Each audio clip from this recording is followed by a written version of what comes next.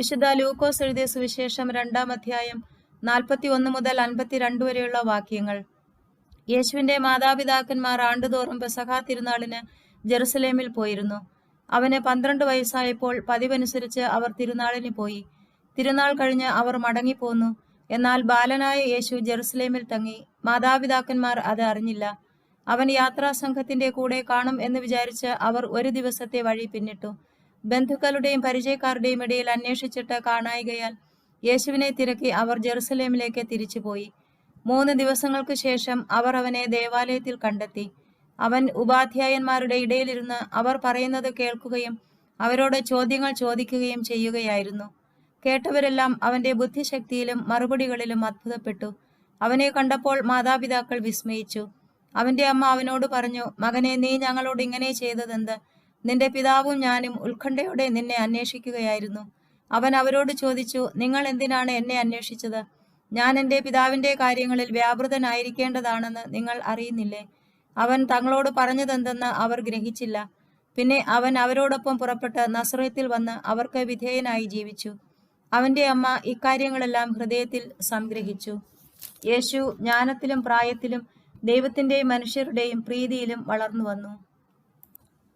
എൽദാ തിരുനാളിന് ശേഷമുള്ള ആദ്യത്തെ ഞായറാഴ്ചയായ ഇന്ന് ബാലനായ യേശു ദേവാലയത്തിൽ പോകുന്നതും അവിടെ വെച്ച് കാണാതാകുന്നതും മാതാപിതാക്കൾ വീണ്ടും കണ്ടെത്തുന്നതുമാണ് നമ്മുടെ ധ്യാന വിഷയം.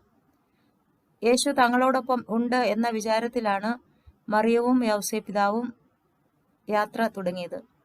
ഒരു ദിവസത്തെ യാത്ര കഴിഞ്ഞാണ് മനസ്സിലാകുന്നത് യേശു തങ്ങളോടൊപ്പം ഇല്ല എന്ന്.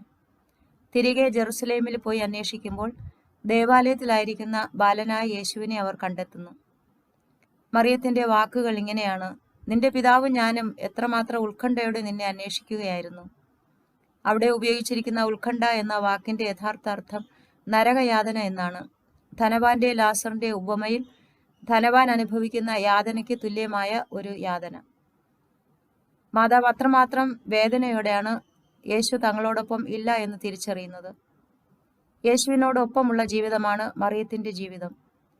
യേശുവിനെ നഷ്ടമാകുന്നത് നരകയാതനയ്ക്ക് തുല്യമാണ് മറിയത്തെ സംബന്ധിച്ച്. അതുകൊണ്ട് തന്നെ തിടുക്കത്തിൽ അവർ അന്വേഷിച്ചു പോയി കണ്ടെത്തുകയാണ് യേശുവിനെ. യേശുവാകട്ടെ അവരോട് പറയുന്നു, "ഞാൻ എൻ്റെ പിതാവിൻ്റെ കാര്യത്തിൽ വ്യാപൃതനായിരിക്കേണ്ടവനാണ് എന്ന് നിങ്ങൾ അറിയുന്നില്ലേ?" യേശു പറയുന്നത് ഇങ്ങനെയാണ്: "ഞാൻ എൻ്റെ പിതാവിൻ്റെ ആലയത്തിലായിരിക്കേണ്ടവനാണ് എന്ന് നിങ്ങൾ അറിയുന്നില്ലേ?" പിതാവിൻ്റെ കാര്യങ്ങളിൽ വ്യാപൃതനായി പിതാവിനോടൊപ്പമായിരിക്കുകയാണ് യേശുവിൻ്റെ ദൗത്യം. മാതാപിതാക്കളോടൊപ്പം ഒരു കുടുംബത്തിൽ ഒതുങ്ങി കഴിയുവാൻ യേശുവിന് സാധിക്കുകയില്ല എന്നും തൻ്റെ ദൗത്യം പിതാവായ ദൈവത്തിനു വേണ്ടി ആയിരിക്കുക എന്നുള്ളതാണെന്നും യേശു അവരെ ഓർമ്മിപ്പിക്കുകയാണ്. മാതാവ് എല്ലാ കാര്യങ്ങളും മനസ്സിലാക്കുന്നില്ല എങ്കിലും എല്ലാം ഹൃദയത്തിൽ ഏറ്റെടുത്ത് ഗാഢമായി ധ്യാനിക്കുന്നു. മാതാവിൻ്റെ ജീവിതത്തിലേക്ക് നമുക്ക് ഉറ്റുനോക്കാം. തനിക്ക് മനസ്സിലാകാത്ത കാര്യങ്ങൾ ദൈവം ഭരമേൽപ്പിക്കുമ്പോൾ എളിമയോടെ അത് മാതാവ് സ്വീകരിക്കുകയാണ്. മാതാവിലാണ് ദൈവപുത്രൻ ഉരുവായത്, അവൾ ജന്മം നൽകിയതാണ് യേശുവിനെ. എങ്കിലും നിന്റെ പിതാവും ഞാനും എന്ന് പറഞ്ഞുകൊണ്ടാണ് യേശുവിനോട് മാതാവ് സംസാരിക്കുന്നത്. ഔസേപ്പിതാവിന് 1-ാം സ്ഥാനം നൽകുന്ന എളിമയുള്ള മറിയത്തെയാണ് നാം അവിടെയും കാണുന്നത്.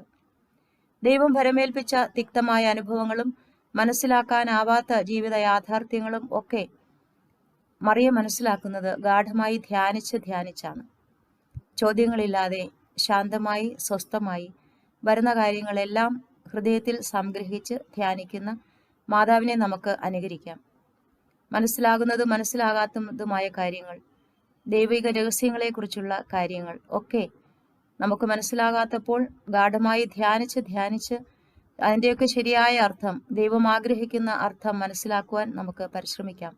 നമ്മുടെ ജീവിതാനുഭവങ്ങളെ മുഴുവൻ മാതാവിന് സമർപ്പിക്കാം. മാതാവെ, എല്ലാ കാര്യങ്ങളും ധ്യാനിച്ച് അങ്ങവയുടെ അർത്ഥം പൊരുൾ മനസ്സിലാക്കിയതുപോലെ ഞങ്ങളുടെ ജീവിതങ്ങളെയും ദൈവിക പദ്ധതിയുടെ വെളിച്ചത്തിൽ ധ്യാനിച്ച് മനസ്സിലാക്കുവാൻ ഞങ്ങളെ സഹായിക്കണമേ എന്ന് നമുക്ക് പ്രാർത്ഥിക്കാം.